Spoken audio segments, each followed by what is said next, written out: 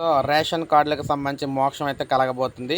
రేవంత్ రెడ్డి గారి క్యాబినెట్ మీటింగ్లో రేషన్ కార్డులకు సంబంధించి కీలక ప్రకటన అయితే జారీ చేశారన్నమాట. కొత్త రేషన్ కార్డులు ఇవ్వబోతున్నామంటూ ప్రకటన అయితే జారీ చేశారు. ఇది అఫీషియల్గా రాష్ట్ర ప్రభుత్వం అయితే ప్రకటించింది. సో మీరు చూసుకుంటే అర్హులైన పేదలకు త్వరలో రేషన్ కార్డులు పంపిణీ చేస్తున్నాం.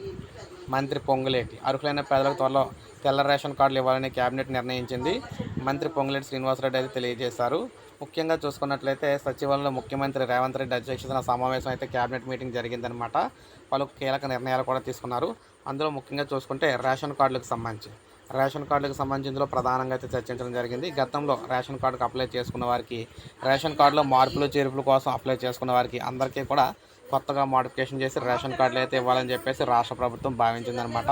సో ఇది మనకి లేటెస్ట్ అప్డేట్. ఒక లైక్ చేయండి, సబ్స్క్రైబ్ చేసుకోకపోతే మన ఛానల్ సబ్స్క్రైబ్ చేసుకొని ఫాలో అవుతానండి. రేషన్ కార్డులకు సంబంధించి ఏ చిన్న అప్డేట్ వచ్చినా మీకు మన ఛానల్ ద్వారా అందరికంటే ముందు మన ఛానల్ ద్వారా అందిస్తూ ఉంటాను నేను. అదేవిధంగా తెలంగాణకు సంబంధించిన సంక్షేమ పథకాలు కూడా మన ఛానల్ ద్వారా అందించడం అయితే జరుగుతూ ఉంటుంది.